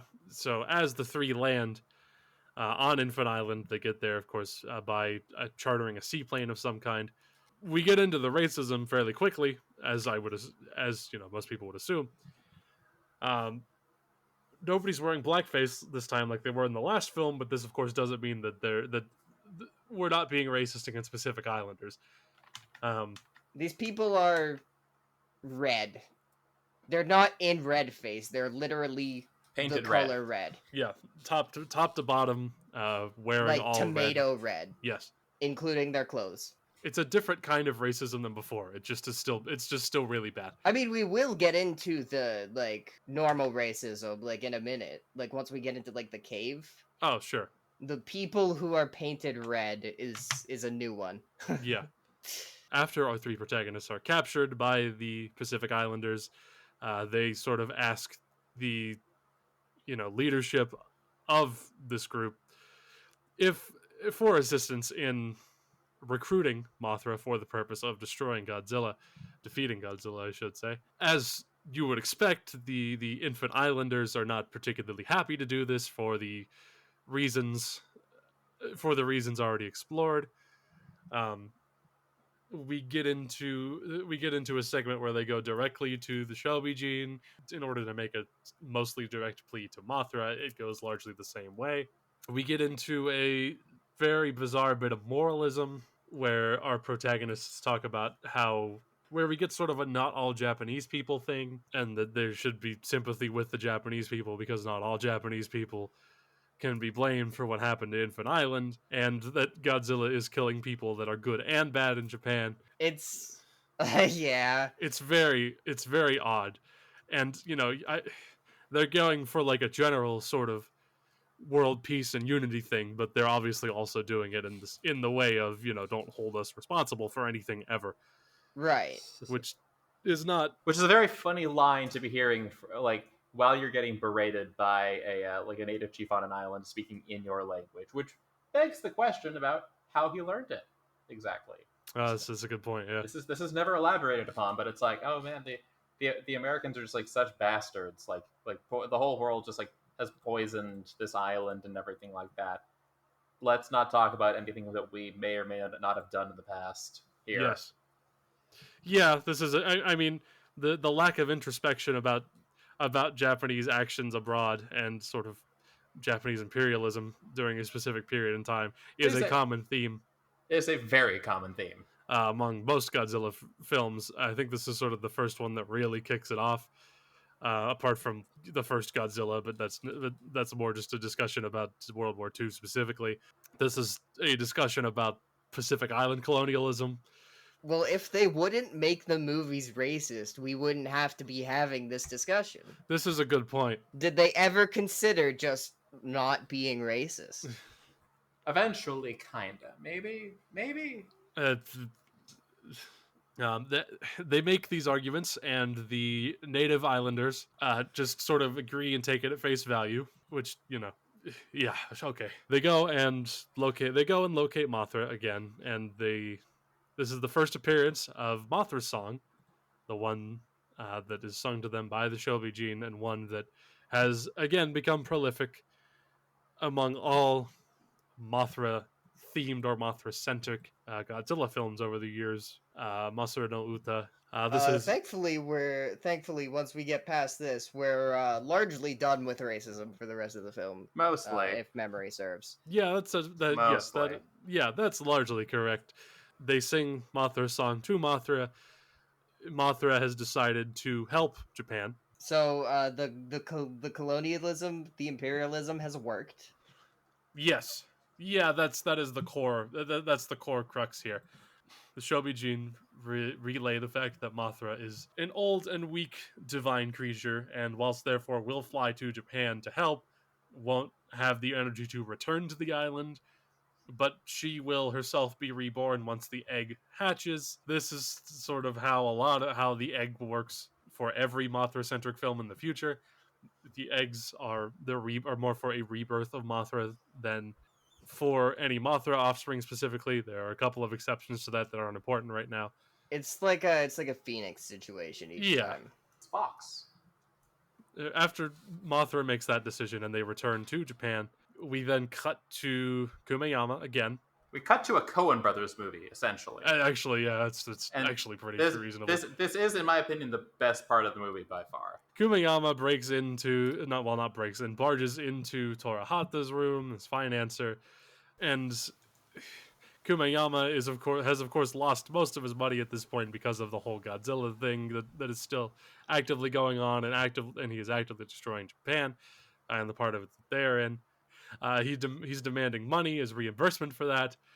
Torahata tells him to go fuck himself. Give or take, says that he should have used better judgment in business. And then Kumayama just starts beating the fuck out of him. Yes, they Beating the ever-loving shit out of him. I was shocked how much blood was like coming out of him. Yeah, it's on impressive. his face. He's an impressively strong guy considering how short and fat he is. Well, he's a goon. He is gooning. It's his whole thing. Yeah, I guess that's fair. He's a fucking gooner. That's what they do. He's Fuck you. He knocks down Torahata and starts to sort of raid the large safe full of money that he has in the room. This came up earlier. We didn't go over it. Torahata's just got a big ass cupboard full of money. Torahata isn't actually dead yet. He's just sort of been downed. Notes that he can see Godzilla sort of approaching the hotel. Like, imagine being this guy. Yeah. You're like bleeding out of your nose. Your face is covered in blood. You're laying flat on your back, and you just look out the window, and Godzilla's just fucking walking to you. Hell yeah. It's so good. It is a really good shot. It is a Coen Brothers movie that Godzilla just sort of happens to stumble into. Basically, Yes. It's just like these stupid human foibles. Like, you can totally imagine a Coen Brothers movie where just an egg shows up in a town somewhere and just a bunch of bullshit happens as a result, right? Yeah. He goes... Torahata gets up and goes over to his desk and pulls out a revolver, which he then uses to shoot Kumayama. Shoots him through the chest. He does the sort of theatrical grab his chest, fall over, and die sort of thing. Torahata starts to try and collect the money that he has in order to get out of the hotel that Godzilla is coming towards. This doesn't work, and Godzilla sort of destroys and smashes up the hotel, meaning that both of them are now dead, and also all of the money is gone. Which is honestly such a good resolution to all of this, because this is the end point of capitalism. It's true, actually. Just two dudes fighting in a hotel room as Godzilla just demolishes it all. It's beautiful, really. This marks the end of sort of this plot line. From this point on, Mothra versus Godzilla is going to be more or less just Mothra versus Godzilla. Yes. At this point, Disney's America has fallen through. There's not going to be the Runaway Slave Simulator. Jesus Christ. There's not going to be the Industrial Revolution ride. Mickey is not going to dress up as a Confederate general. I'm sorry. I just can't get off of Disney's America. It is. I mean, unfortunately, it does actually kind of work for the purposes here because because this is the fraudulent colonialism theme park. Yep. Which is just. And to be fair, if Walt Disney came into possession of a giant egg, can we? Yeah, he would also do this. I can buy that. Or would he want to build like a utopian city called Eggland, where it's just like it's EGGCOT, fucking EGGCOT. EGGCOT! Fuck! How did it take us this long? So EGGCOT has gotten fucked up. Oh my god, I'm so fucking mad that it took us 2 hours to come up with that. We've been doing Disney's America the whole time, but fucking EGGCOT was right there. I mean, the Disney's America comparison still works because it's still the colonialism theme park, but EGGCOT is a much better name. God damn it, I'm so mad.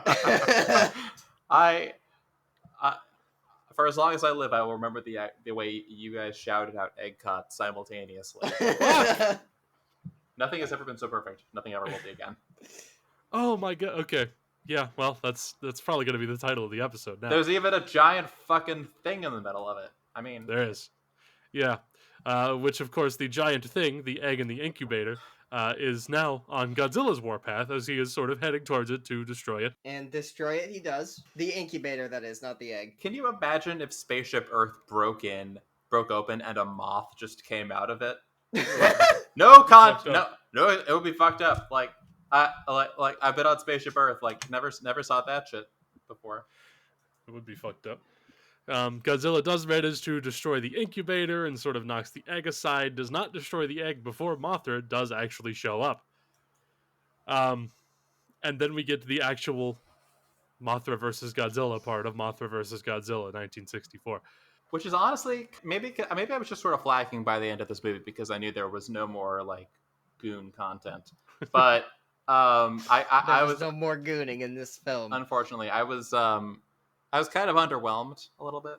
I was kind of checking out a little bit, but that's just because I have a really bad attention span. Well, the plot through line was over. The plot ended. It's just a fight scene now for the Yeah. next like 20 minutes. Yes.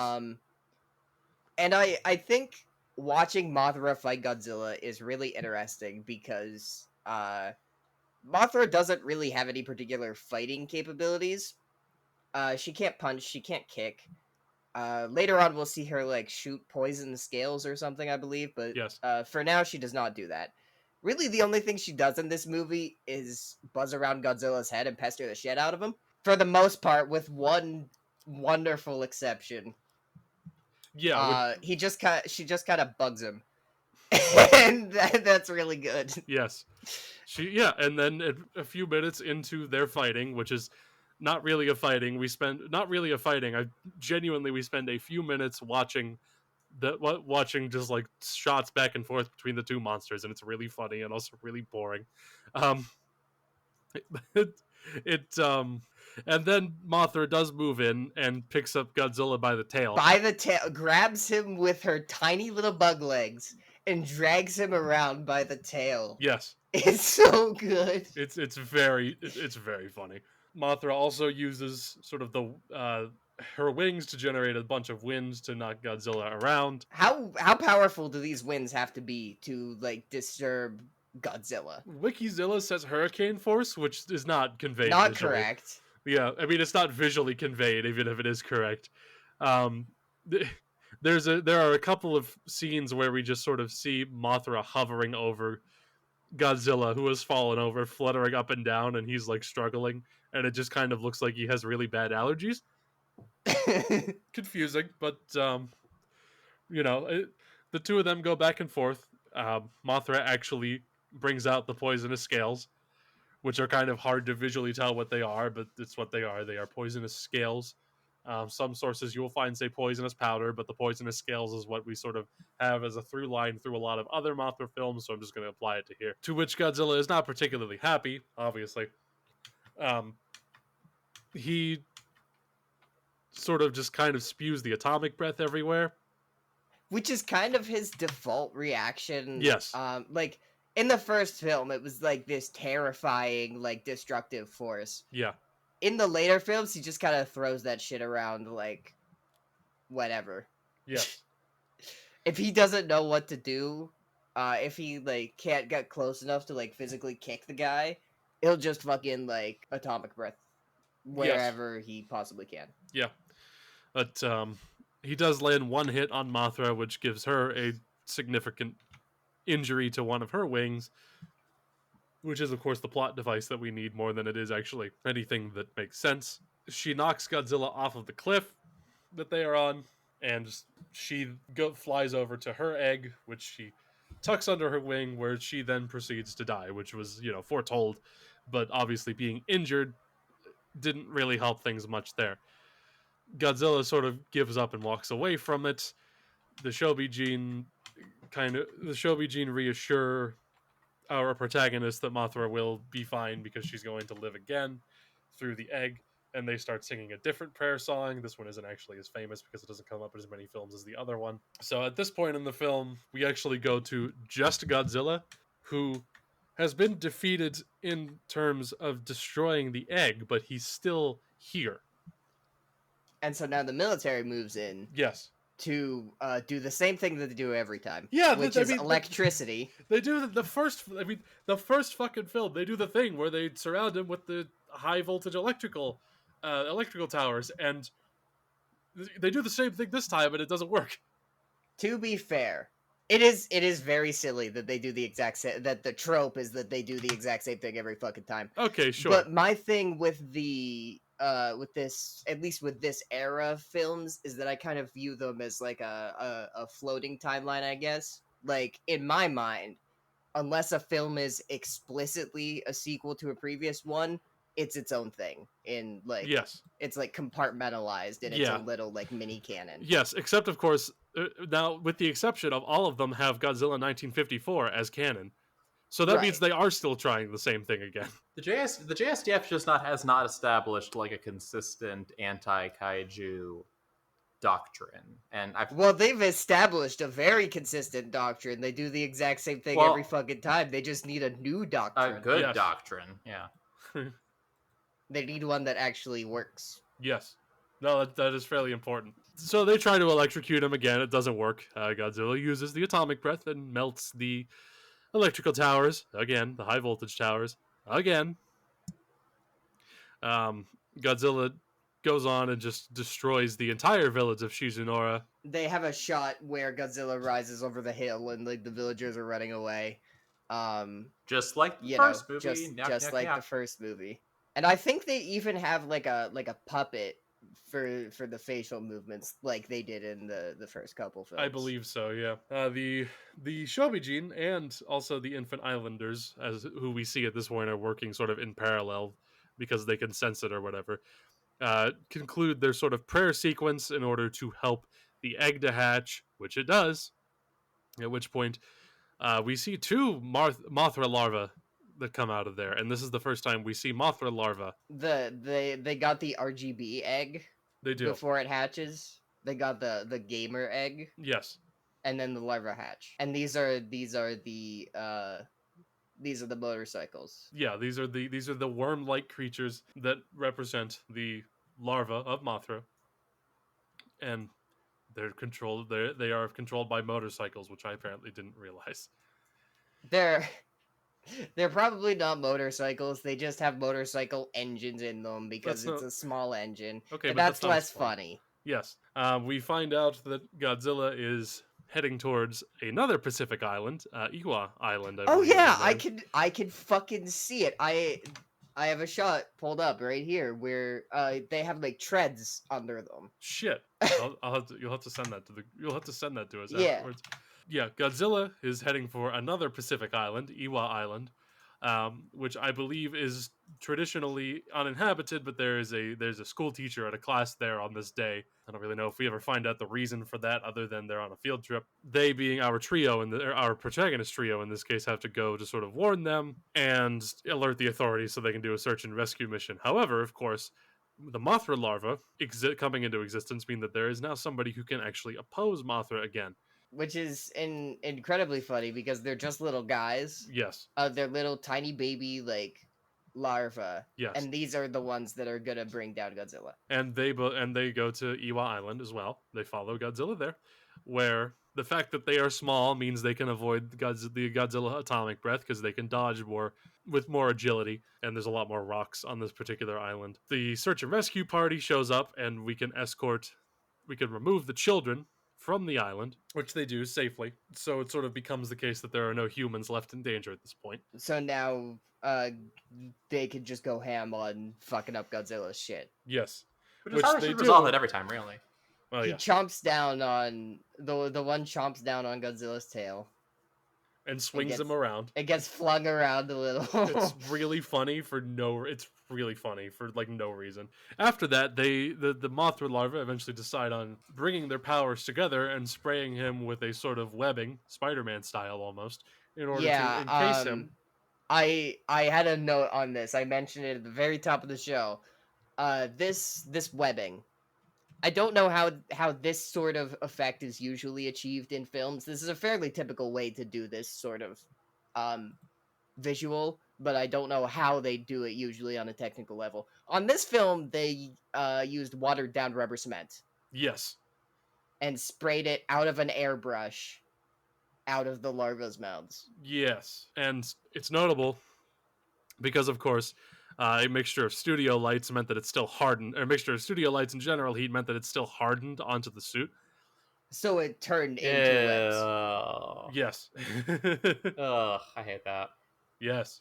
It is a little gross to think about, but it achieved the effect they were going for very effectively.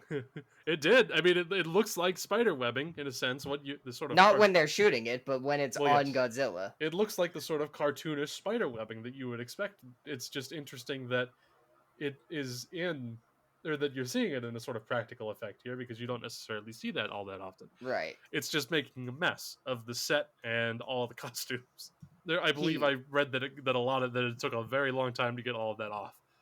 I'm sure it did. Godzilla atomic breaths a rock and it deflates. Eventually, after like 45 seconds of hitting them with the webbing, I would say it's a decently long sequence. Godzilla just sort of becomes trapped in this pseudo cocoon where, he's stuck and he can't move too good. And he is on an island, so as he is struggling about, they kind of push him into the ocean. And that's it. Yeah. He's just gone. Done. Yep. He's just he's in the water, which he can't breathe in, but he is trapped inside of a pseudo cocoon, and that's it. That is how the film ends. And then, of course, as is tradition for a Godzilla film, the larva fuck off and the movie ends. Yes, we see the ending shot of them heading towards Infant Island in an ocean shot, and it tells us the end on screen, and that's the end of the film. Yeah. Question about no, just the end. Nope, just the end. Yep. No, that was pretty much that. The film ends with that. The film ends with the power of Worm defeating Godzilla. It tells us that even a worm will turn.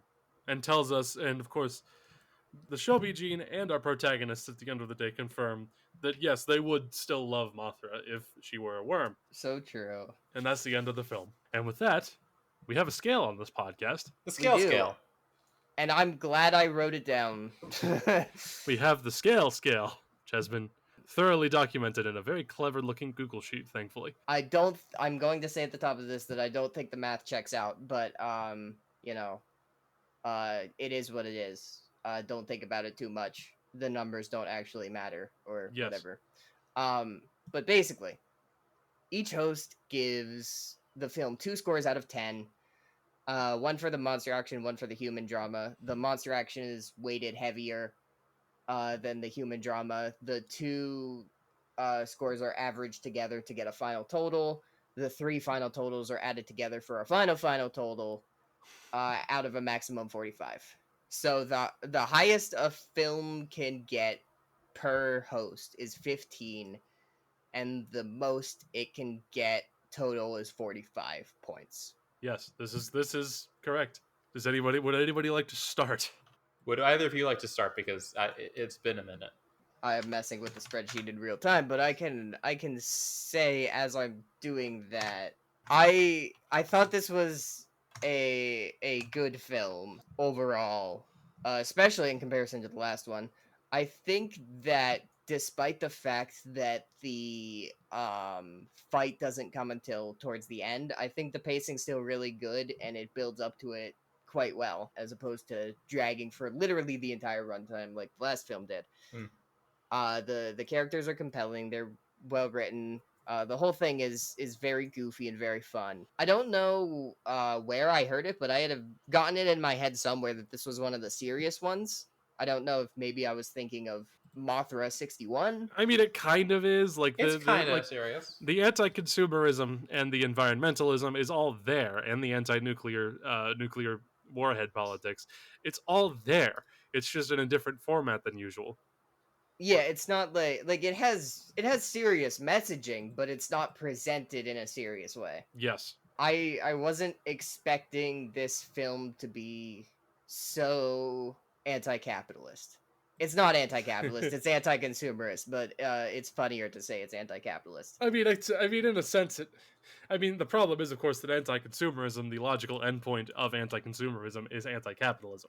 Well, yes, but the thing is that, like, the thing with anti-consumerism is it's a way for supporters of capitalism to criticize capitalism without criticizing capitalism. Yes.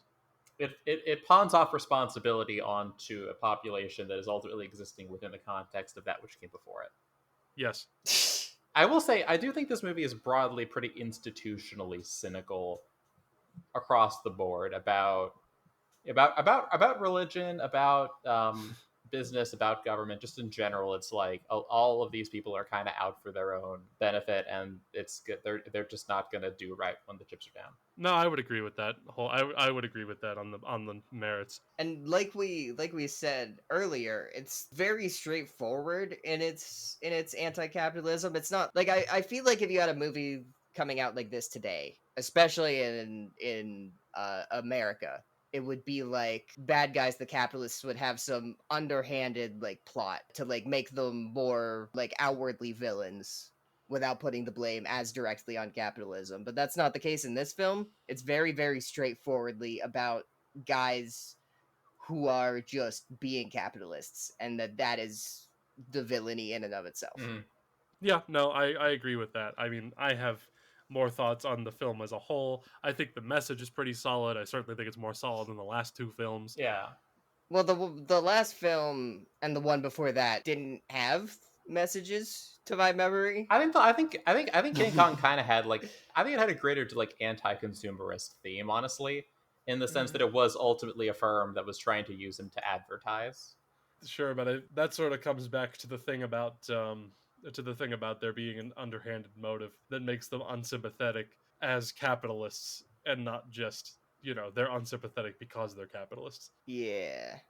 So my tentative scores for this were an 8 and an 8. I think I might knock it down to a 7 and an 8 just because as we all discussed it together, I kind of realized that me being bored during the fight scene wasn't just me getting bored, and that it was in fact the film being boring. Yes. Yeah. So that's down to a 7 on the monster and an 8 on the human for a total of 11 points out of 15. Which makes it your second best film Yes. compared to Godzilla 1954. Yes. Yeah. In the intervening 10 months, I adjusted my scores on Godzilla Raids again. In King Kong, I was like, if I were to go back and reevaluate, I would probably score it this and this. And so I just went back and made the scores that and that. Um, so, all is as it should be. Yeah, no, that makes sense to me. I'm going to go next here just for the sake of time. Sure. This is, I mean, we've sort of covered all of the bases as to the film's quote unquote message. There's certainly a lot more to it than previous iterations in the franchise, except for the first one. It does actually feel like there's something there, which makes it better than the last two films combined. Mothra is a much more compelling monster duo than King Kong. Um, and I mean, I know that's mostly because of her longevity, but which we didn't know, and which we only know as sort of a post hoc thing. But never mind, I still think it works better. The battle sequences are indeed decently dull, particularly after the main plot line gets resolved, which makes it a little bit harder for me to want to watch the end of the film. And it did become somewhat boring, even if the Mothra battle sequences themselves were very funny and very charming. Because they're very funny and very charming, the monster action is actually going to get an 8 from me, higher than every film except Godzilla 1954. I think it's good. I think it's charming. I think production wise it's very well done. I think they sort of did what they could with Godzilla fighting a literal moth. So There's just nothing she can do, really. yes, that's ultimately the only significant problem with that. Is it boring? Yes, a little bit. It would have been better if they had put the sequence where our two antagonists die somewhere in the middle of that rather than at sort of the beginning of the monster fighting exposition. That's okay. In any case, it's going to get an 8 on the human drama as well, because we have a cast that is short, succinct, relatively easy to understand and identify, with clear goals and clear delineations as to who is who, whether their motivations are good or bad, and what their intention is. There's not really we don't have any extraneous characters that don't really make any sense, like we did in King Kong, in Raids Again, and in King Kong. It all just makes sense, and the fits are really good, and her eye for photography is something that I sympathize with. So it gets an 8 in terms of that, meaning that it gets an 8 and an 8, which gives it a 12 total out of a total of 15, which makes it my second best film. This is a film, to be clear, that is very publicly well received. People like it. People view it as sort of a blueprint for what Godzilla has become since then, and it's kind of hard to deny that in a lot of senses. It just kind of sets a lot of tones and firsts that were not present before this, and it means that, I mean, yeah, it's a blueprint. It is what a lot of films after this will look like. It's important. It's pretty decent all around. It has some obvious flaws, but all in all, this is a good film. It's funny. I was going to be rating. I was gonna be rating the human plot like at a 9, and then you're talking about like Raids Against King Kong reminded me of the human characters in those ones that I really liked. The escaped prisoners, and then the weird advertising executive in King Kong. He was pretty funny. It was fucking amazing. Yeah. So I'm gonna bring it to an 8 for the human plot, because I really did enjoy the human plot as far as like it was just genuinely, it was very entertaining. It didn't feel extraneous, like there's nothing going on here, because eventually we are going to hit we're going to hit points later on where it is absolute bananas. Like it has all of like the narrative heft of like a Space Ghost Coast to Coast episode, essentially, Yes. with very similar energy to it. And here it's like there is goofiness, there is levity, but then there is also like there's a plot. And I'm gonna go back to it again, but like the Kumiyama Torihata sequence where they're just like fighting over just like the pettiness of money, and then fucking Godzilla shows up and kills both of them. I love that sequence in particular. I generally like what a lot of people are doing here. Even like the weird little goofy touches, like the hard-boiled egg guy. I enjoyed. Hard-boiled egg guy is great. Yeah, he's that the unsung hero of this film. Justice for hard-boiled egg guy. Yeah, so I'm going to give the human plot an 8 here. I was just fundamentally underwhelmed by the monster battles. Like even the Godzilla rampaging stuff, ultimately, it just didn't really like hit for me super hard. So I'm ultimately going to have to give I'm going to give the monster battles a 5 here. It's not that they were bad, it's just they were just kind of there, whereas the human plot was like actually kind of interesting and made me think. So our scores come out to Maya giving an 8 and an 8 for a total of 12, Lucy giving a 5 and an 8 for a total of 9, and me giving a 7 and an 8 for a total of 11, for a grand total of 32 out of 45 points. That places it well above the next best, but still well below the original film, which is to be expected. It's going to be a long, long time before we come even close to surpassing the original film. If we ever do. Yeah. I don't know if we ever do. I mean, I'm trying to think of like what else is there. That is quite subjective. There's a lot of arguments over like 85. In any case, that's not a question for today. There is one more thing I need to get in before we go, because it was something I made a particular note of at the beginning, because I like it really, really stuck out to me, but then I just totally fucking forgot it as we were like doing a mad dash to finish the episode. There's a sequence where, of course, the military is attacking Godzilla with like planes and tanks and stuff, and there's some sort of pyrotechnics mishap, and they catch Godzilla's head on fire. Oh, yeah, shit. And they just fucking leave it in the movie because it looks cool. Yes. And it does, in fact, look cool. Yes. This is true. Okay. Absolutely. This is absolutely true, and I'm annoyed that we forgot to point it out in the episode, but I'm glad we're taking the time out because it's a good sequence. It's really stupid. Toho said, fuck yo PPE. Yes. Well, the visual effects director, whose name escapes me at this moment, is the one who said, yeah, we're keeping this in. Same with the sequence of him breaking his nose. Yes. Eiji Subiera. Oh, yeah, yes. He directed most of these. Yeah, no, that much is correct. And he left it in, and it's a good inclusion. There's a lot of improvised Godzilla action. It is quite funny. So I think our consensus is that this is a pretty good film. Yeah, yes. I had a good time with it. Certainly when you put it up next to fucking King Kong versus Yes. Godzilla. Yeah, well, the films are getting good again, which is very good for us wanting to continue to record the fucking podcast. Right. But And things will, a couple episodes from now, start to get very silly. yes, and then it just gets to be unbridled, very stupid fun. But for now, the next film we will have to cover will be Ghidorah, the three-headed monster, which actually also came out in 1964. So it's another 1964 film, which means we do actually have to cover it this year, unfortunately. What would Barry Goldwater have to say about Godzilla? That's a really good question, actually. Was anybody like to do any self-promotion before we sign off for the evening? No, all I do is get videos taken down on Blue Sky for smoking weed. So How much I is don't true, really have actually. anything to plug. I'm going to plug my website where you can find everything as usual. You can reach me at mayawalkwith.me. That's MAYAWALKWITH.me. And there's links to all my socials and everything there.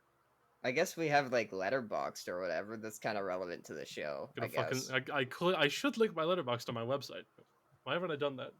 we should link all of our Letterboxds like in the description or whatever. Yes, that's a good idea. Let's do that. Let's forget to do that. And I'm Lucy Kwiatek. You can follow me on socials, generally under my name. In your heart, you know I'm right, but in your guts, you know I'm nuts. Think that's good. Think we finally recorded a podcast again. We fucking did it. Good chat. work, everyone. All right, now I'm going to fucking make myself some fucking dinner because I'm going to gnaw my own hands off.